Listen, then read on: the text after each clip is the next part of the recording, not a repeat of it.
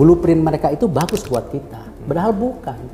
Blueprintnya mesti ditemuin, baru kita lihat cocok nggak. Kalau memang kita harus defense, kita defense. Tetapi kalau yang ini opportunity, ya kita offense. Ya kalau Pak Erick ada di posisi itu, apa yang akan dilakukan? Kalau kita bicara ekonomi, kita bicara logistik. Ya. Nah, logistik erat dengan apa? Infrastruktur yang namanya jalan, jalan tol, airport.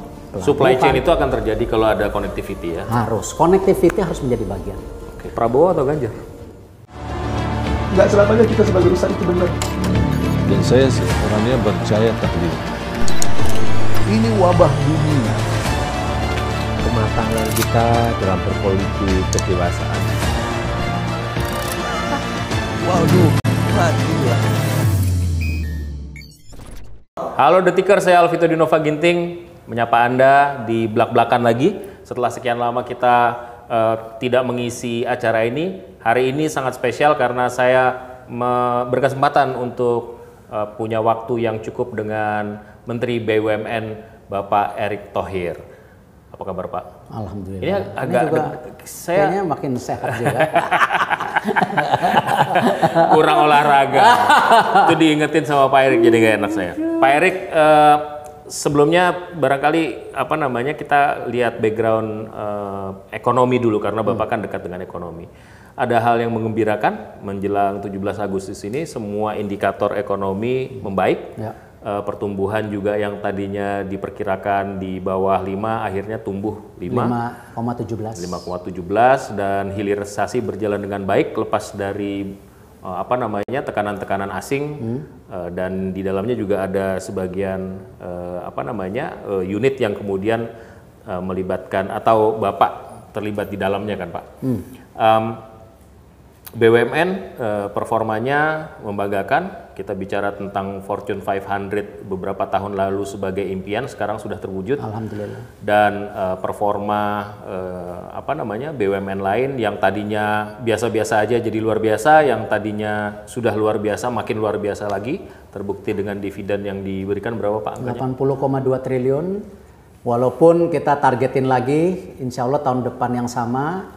Walaupun dikala harga komoditas menurun, ini yang kita juga deg-degan. Tapi saya baru dapat laporan setengah tahun tadi rugi laba bersih kita itu dari 169 ke 183. Jadi ada naik.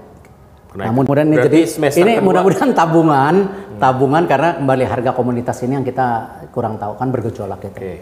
Karena kontribusi tahun kemarin itu kan ada perbankan, ada telco, harga komunitas dan lain-lain yang ini kita harus antisipasi gitu. Oke. Kita mau bicara ke depan dulu Pak. Kita bicara apa namanya pertanyaan-pertanyaan besar dulu.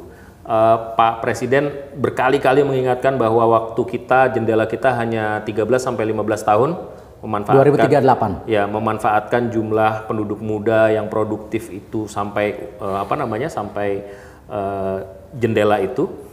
Karena itu kita harus mengantisipasi banyak hal dan target kita keluar dari middle income untuk menjadi negara dengan penghasilan tinggi.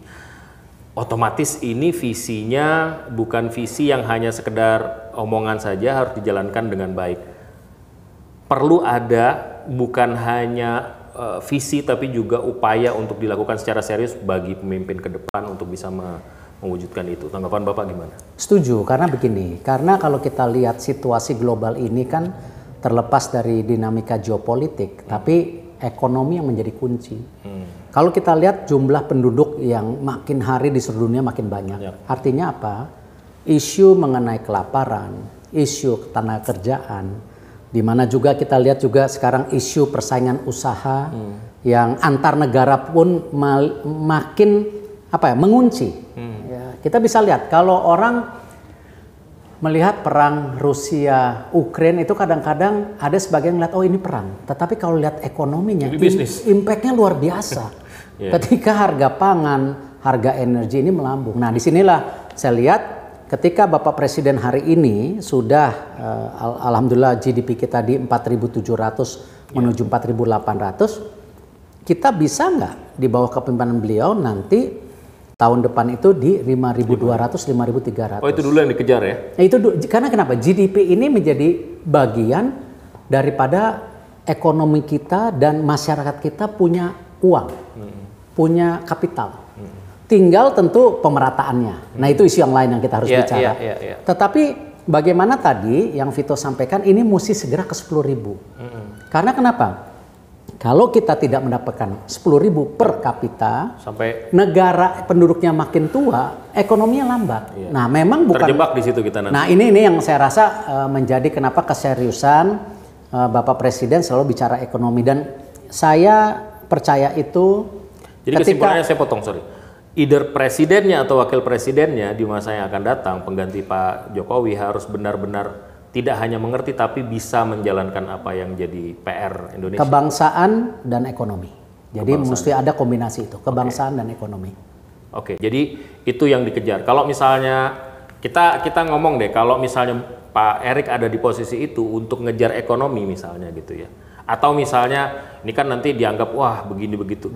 Saya mau tanya aja, kalau Pak Erik ada di posisi itu, apa yang akan dilakukan? Pak Erik lakukan? Ya, isunya akan kesenjangan. Jadi 4 hal yang saya rasa kita harus antisipasi. Menghentikan kesenjangan dulu, bukan pertumbuhannya dulu. Oh, itu bagian. Percuma kita tumbuh, tetapi kesenjangannya makin melebar. Itu kita berdosa. Ya, ketika kita lihat sekarang di negara-negara kapitalis sekarang, seperti beberapa negara, saya tidak mau sebutin negaranya. Nggak enak. Ketika kesenjangan makin ini terasa, bagaimana terjadi ya kriminalitas yang tinggi. Ketika terjadi, mohon maaf, orang yang tidak punya di mana-mana. Tetapi di lain pihak mencari pekerjaan susah. Nah, ini kan hal-hal yang saya rasa ini sudah terjadi di negara lain. Nah, apakah kita mau jadi negara ekonomi besar tetapi hanya buat sebagian orang? Nah, ini yang saya rasa kenapa isu ekonomi menjadi penting, tetapi di situ isu kesenjangan yang menjadi juga bagian harus terjadi pemerataan. Nah, di situ ada 4. Satu, yang namanya pembukaan lapangan pekerjaan. Bentar. Ini agak berbeda dengan tesis yang dipercaya oleh Indonesia dulu ya. Jadiin dulu orang kaya banyak, abis itu akan trickle gitu. Ya. Kalau Bapak lebih fokus ke... Ya, saya nggak bisa bilang benar dan salah, tapi kan setiap individu atau setiap pemikiran punya ya policy yang berbeda. Bukan berarti berbeda ujungnya tetap ingin kesejahteraan, tapi cara strateginya yang berbeda. Kalau Bapak kalau saya isunya ya pertumbuhan ekonomi harus menjadi, karena itu fakta, tetapi kesenjangan harus menjadi bagian ini pemerataan. Gimana? Nah, disitulah itu satu, pembukaan lapangan pekerjaan. Nah, kita harus mapping apakah pendidikan kita hari ini dengan industri yang ada dan tumbuh itu sudah ketemu atau belum. Nah, lalu dengan adanya hilirisasi, industrialisasi, dan lain-lain namanya, itu ada pembukaan lapangan pekerjaan di sini. Tapi cukup nggak di situ? Ingat loh, kita ini mayoritas anak muda. Jangan-jangan pertumbuhan atau pembukaan lapangan pekerjaan harus kita kombinasikan juga dengan kesempatan makin banyak negara tua yang ada di luar negeri pun perlu tenaga kerja hospitality dari kita, perawat dan lain-lain. Ini menjadi bagian. Tidak bisa kita menciptakan lapangan pekerjaan karena sekedar negara kita tumbuh. Kita juga melihat opportunity dari negara lain. Yang kedua, kembali ini yang tidak kalah pentingnya, yang namanya pemerataan kesehatan. Ya, percuma kita bicara lapangan pekerjaan tapi manusia tidak sehat. Nah, kita bisa lihat bagaimana dulu dari pemerintahan satu, pemerintahan lain sudah ada sistem kesehatan yang baik. Tetapi kadang-kadang kita ini ngos-ngosan.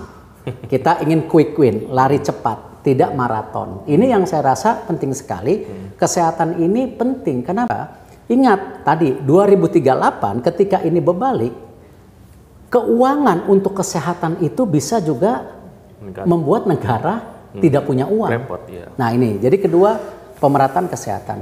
Ketiga, kembali pemerataan pendidikan, di mana kita harus pastikan ya bahwa pendidikan yang ada tadi saya sudah sebutkan di pertama match dengan lapangan pekerjaan, atau memang kita ini tidak perlu pendidikan tinggi tapi lebih banyak pendidikan yang vokasi.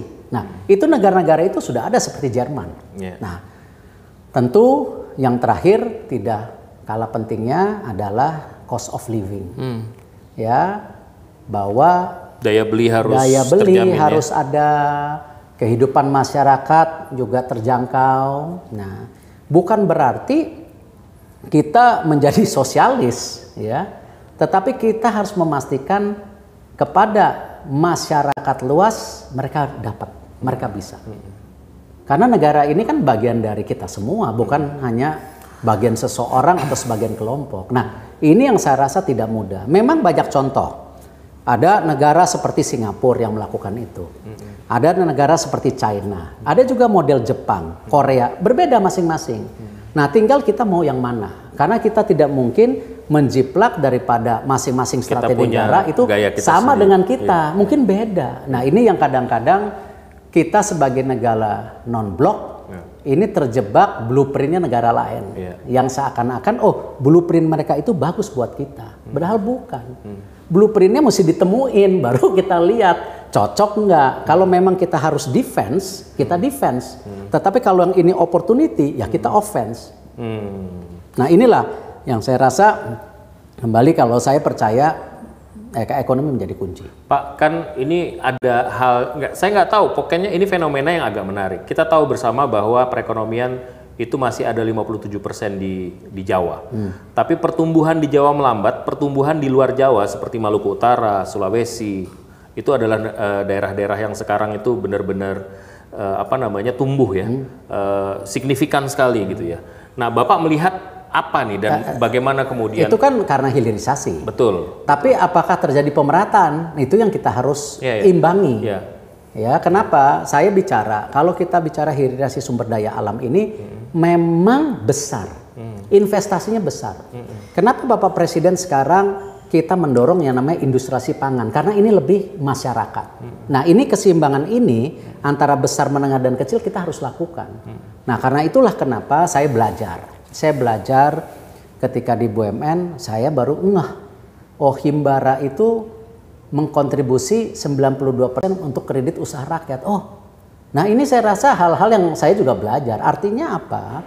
Kalau lebih banyak lagi keberpihakan kepada tadi golongan yang menengah atau bahkan yang ingin menjadi menengah, ini adalah sesuatu hal pemberdayaan yang memang harus konsisten, tidak bisa sepotong-sepotong. Nah, pertumbuhan yang ada di daerah-daerah luar, saya rasa itulah suatu contoh pertumbuhan yang baik. Tetapi kita harus lihat pemerataannya. Kalau kita belajar dari negara-negara besar di dunia, Amerika, China, mereka punya berapa kota besar? Indonesia berapa? Artinya, dan berapa di Jawa itu? Kita wajib melahirkan kota-kota besar lain di berbagai tempat minimal 10. Ya, dengan merawat yang udah ada, menambah lagi 5. Nah, titiknya di mana itu menjadi kesepakatan nasional supaya apa? Kesenjangan ini bisa terjadi juga pertumbuhan tidak hanya tadi masyarakat tetapi antara pulau. Nah, kita bisa lihat ya Sumatera menjadi salah satu kontribusi sumber daya alam. Ya, tetapi infrastrukturnya belum siap. Itulah kenapa jalan tol didorong ke sana. Dan saya rasa mohon maaf tidak cukup jalan tol. Kereta api juga harus di sana. Nah, hal-hal seperti ini supaya ada keseimbangan. Dan kembali, kalau kita bicara ekonomi, kita bicara logistik. Nah, logistik erat dengan apa? Infrastruktur yang namanya jalan tol, airport, pelabuhan. Supply chain itu akan terjadi kalau ada connectivity ya? Harus, connectivity harus menjadi bagian. Saya mengenal Pak Erik dari tahun 2006-2007. Waktu itu kita pernah bekerja bersama di sebuah media dan saya paham sekali sikap dan keyakinan spiritual Pak Erik. Kita mewawancara di di rumah ibadah tempat keluarga Pak Erik ini kebetulan, dan Pak Erik menolak untuk menggunakan simbol-simbol keagamaan. Jawabannya simpel aja, untuk menjaga spirit kebangsaan supaya tetap solid gitu. Nah, ini kan kita bicara soal kontes politik itu paling tidak 10 tahun terakhir diwarnai dengan kondisi yang tidak mengenakan. Ada orang bilang politik identitas, yang kiri merasa paling benar, yang kanan merasa paling benar, dan kemudian tetap merasa mereka tetap ada di kiri dan di kanan gitu ya. Nah, bagaimana kemudian pandangan Pak Erik terkait dengan itu, dan apa yang bisa kita lakukan sehingga apa yang terjadi di 2014 bahkan yang cukup buruk di 2019 tidak terulang, Pak? Ya, kemarin kan bagaimana pemimpin bangsa memberikan contoh ketika setelah pemilu itu Pak Jokowi dan Pak Prabowo bergabung. Dan langsung kita menghadapi COVID bersama. Kita itu sukses menangin COVID karena apa sih? 2 hal, kolaborasi dan peduli. Ya, kolaborasi dan peduli.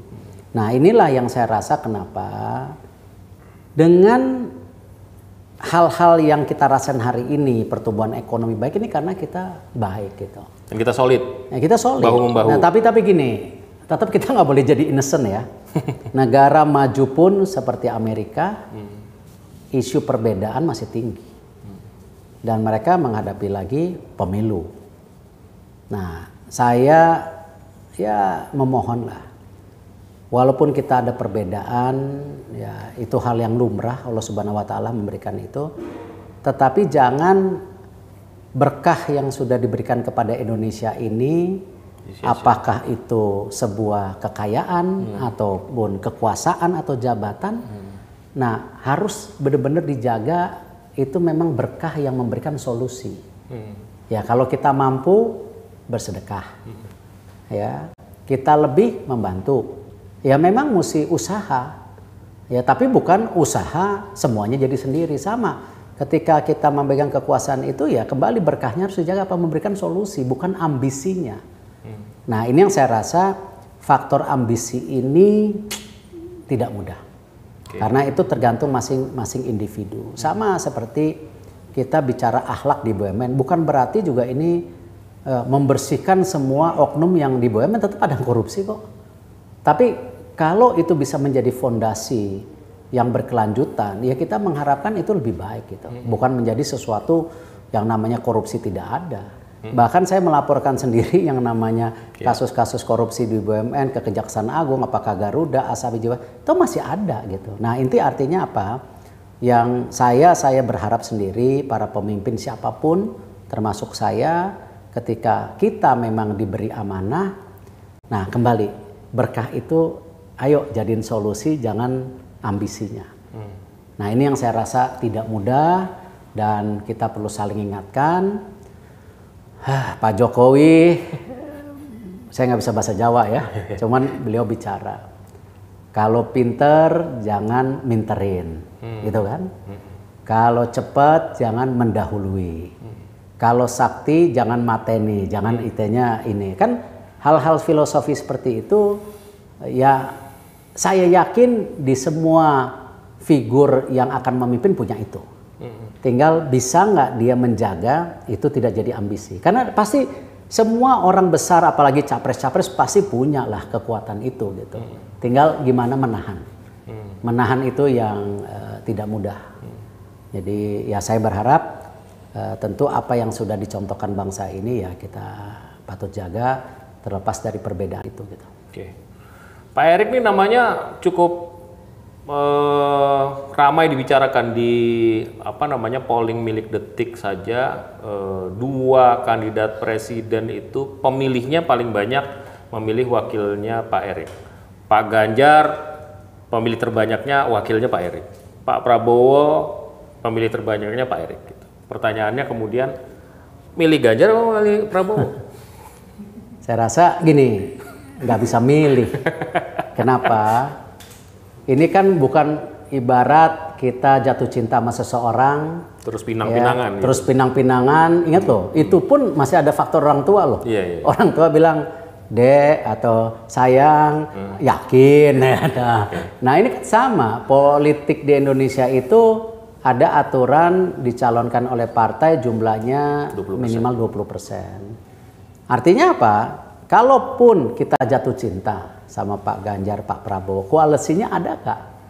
Ya, nanti kalau kita jatuh sendiri nggak disetujuin, broken heart itu, ya kan? Jadi kalau saya sih selalu saya sampaikan, ya kedua figur ini figur yang saya hormati, Pak Ganjar, Pak Prabowo, koalisinya sendiri sedang berdiskusi. Saya tidak tahu diskusinya apa karena saya bukan anggota partai. Masa nggak dilibatkan?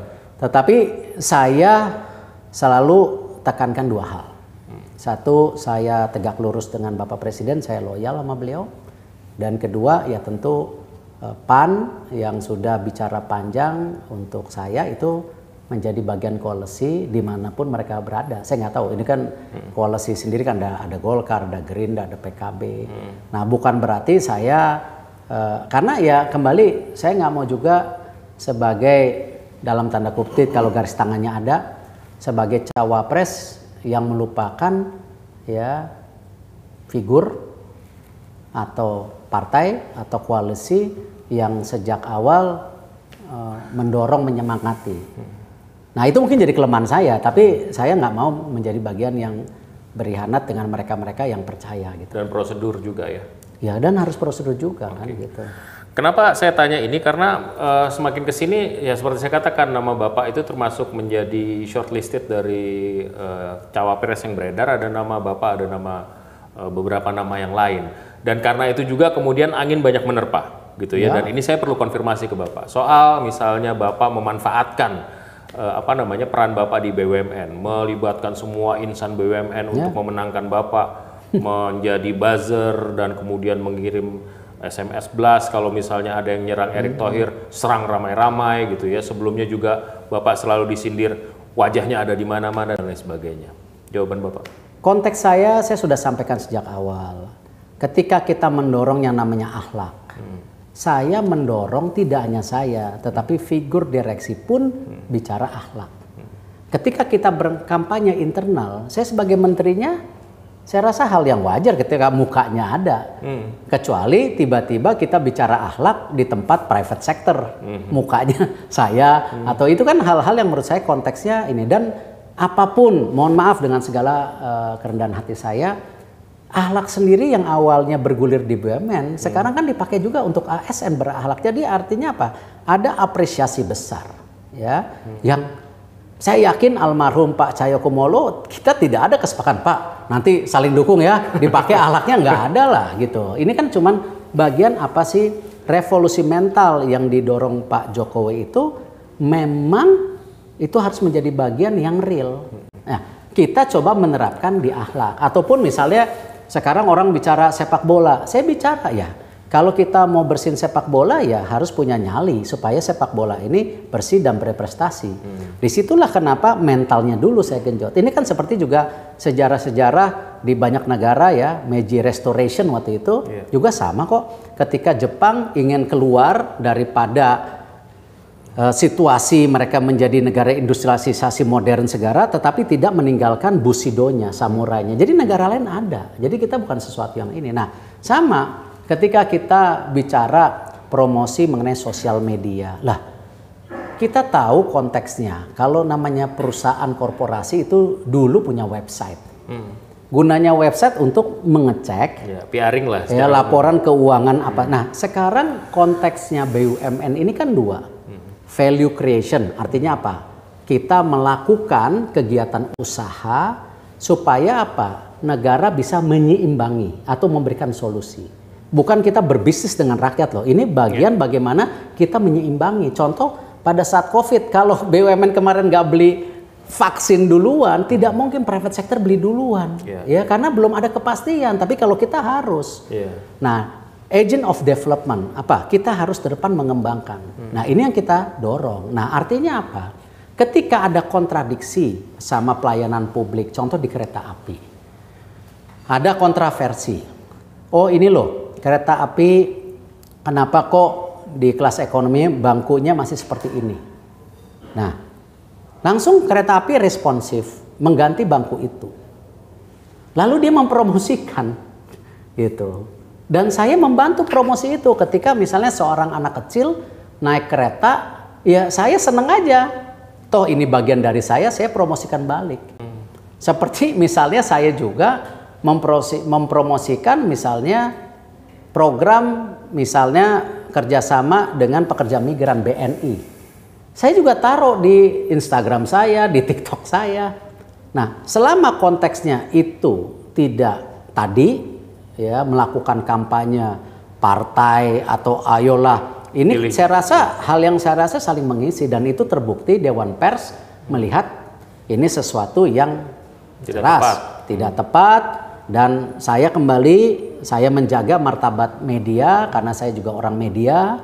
Nah, saya cuma menginginkan pers kita yang beramanah dan bertanggung jawab, dan saya rasa pada saat ini dunia pers kita juga sangat tertantang dengan situasi industri digital. Serangan itu buat Pak Erick ya, seperti saya katakan tadi, mungkin karena sudah tinggi sekali nama Erick Thohir, angin banyak berhembus, bukan hanya dari teman-teman arus utama juga, tapi di sosial media. Kan kita lekat sekali tuh, ada beberapa influencer yang terus-menerus menceritakan kejelekan baik Kementerian BUMN, BUMN-nya, termasuk juga Pak Eriknya, dan itu ditambah lagi dengan vendor-vendor yang merasa khawatir, terutama vendor-vendor BUMN karya yang sekarang kondisinya lagi tidak menguntungkan. Itu gimana Pak?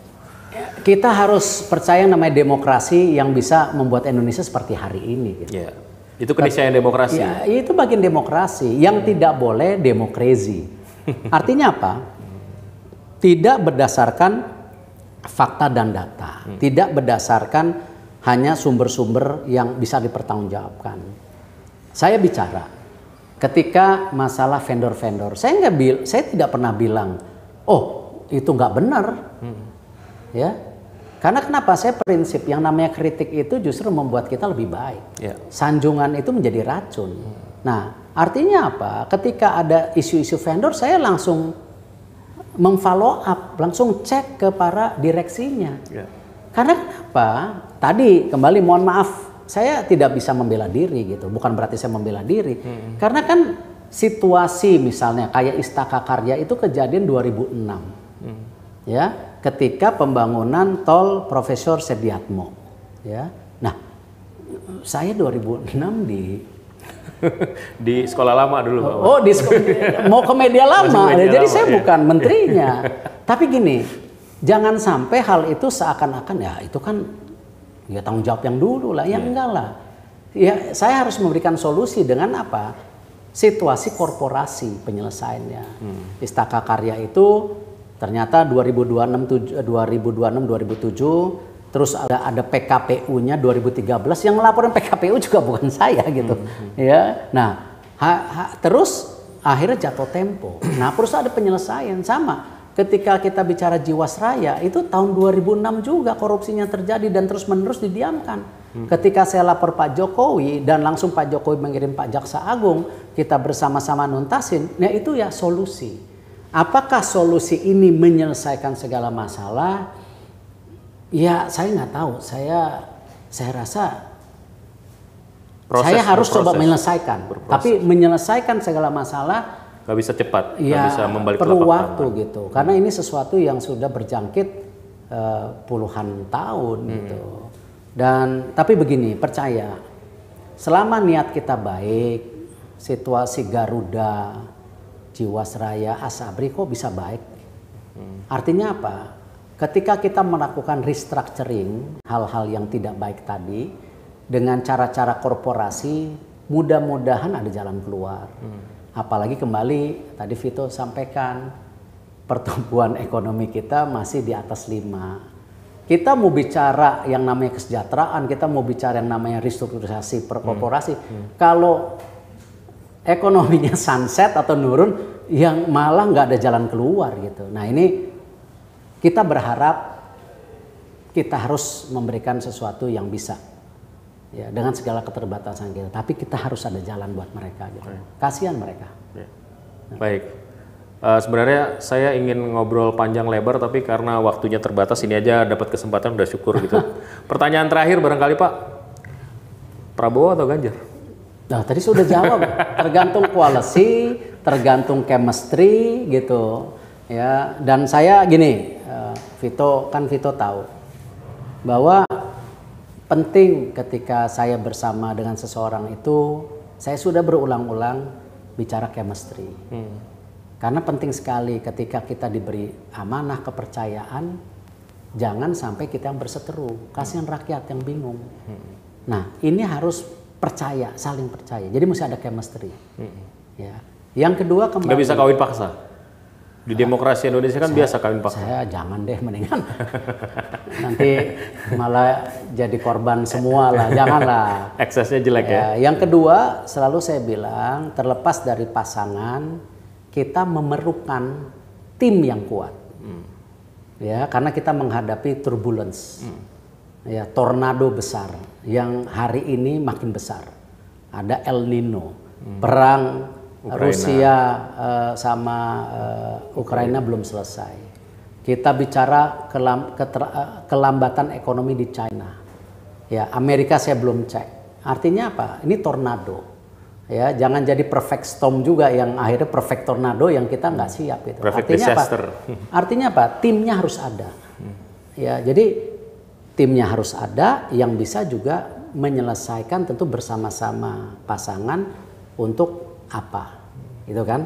Nah, tentu yang tadi yang terakhir saya bilang kebangsaan dan pemerataan ini harus menjadi hasil.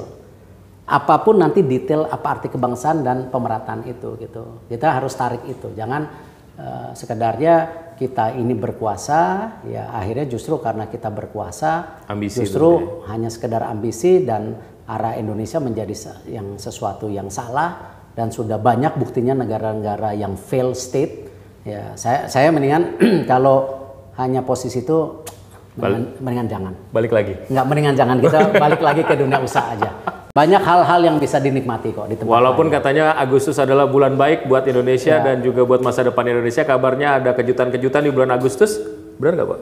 Ya, kita berdoa nih, ada Masjid At-Tauhir, kita berdoa di sini. Pak Erik, terima kasih atas Terima kasih, waktunya, terima kasih. sukses atas Terima kasih. untuk semua ikhtiarnya dan sampai di sini belak-belakan kali ini. Terima kasih dan sampai jumpa. Thank you, Pak.